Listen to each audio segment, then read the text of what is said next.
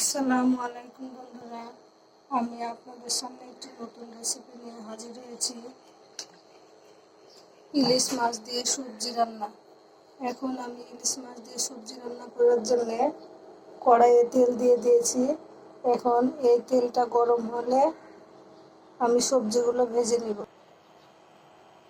দেখুন তেলটা গরম হয়ে গেছে, এবারে আমি সবজিগুলো দিয়ে দিলাম।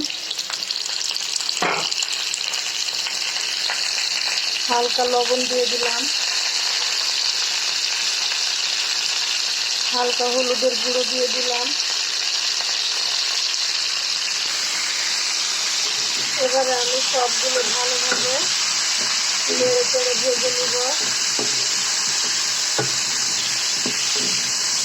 আমি সবজি দিয়েছি পটল এবং আলু।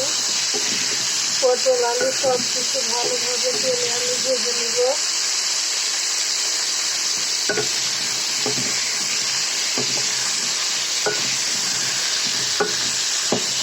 আমি 5 মিনিট ধরে ভালো করে ভাজতে থাকবো।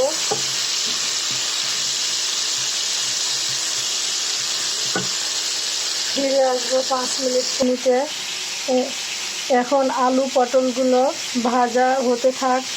এখন আমি এই যে কাঁচামরিচ, রসুন এবং আদা শিলপাটায় বেটে নিব। দেখুন আমার সবজিগুলো ভেজে নেওয়া হয়ে গেছে। এবারে আমি সবগুলো আলাদা পাত্রে উঠিয়ে নিব।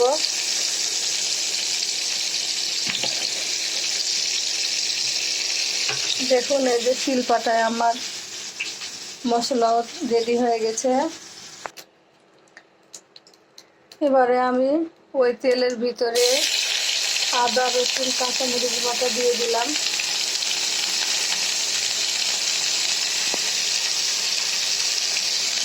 পেঁয়াজ দিয়ে দিলাম।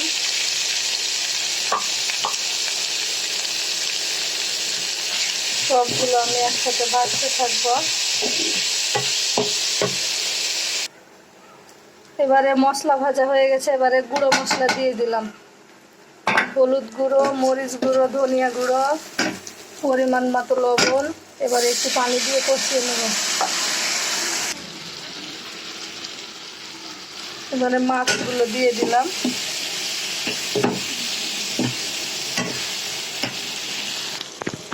এবারে সবগুলো সবজি দিয়ে একসাথে 5 মিনিট কষিয়ে নেব। ফিরে আসছে 5 মিনিট পরে। এবারে আমি পানি দিয়ে দিব।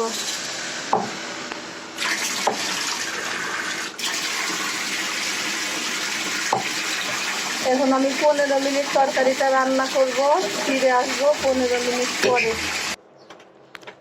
দেখুন আমার তরকারিটা হয়ে গেছে। দেখুন আমার তরকারিটা হয়ে গেছে। এখন আমি নামিয়ে নিচ্ছি, ফিরে আসছি পরিবেশন। দেখুন আমি তরকারিটা নামিয়ে নিয়ে চলে এসেছি। দেখলেই বুঝতে পারছেন কতটা সুস্বাদু হবে। আপনারা বাসায় একবার হলেও এভাবে রান্না করে দেখবেন। যদি ভালো লাগে তাহলে আমাকে কমেন্টে জানাবেন। আমার ভিডিওটি দেখার জন্য এবং আমার পাশে থাকার জন্য সবাইকে অসংখ্য ধন্যবাদ।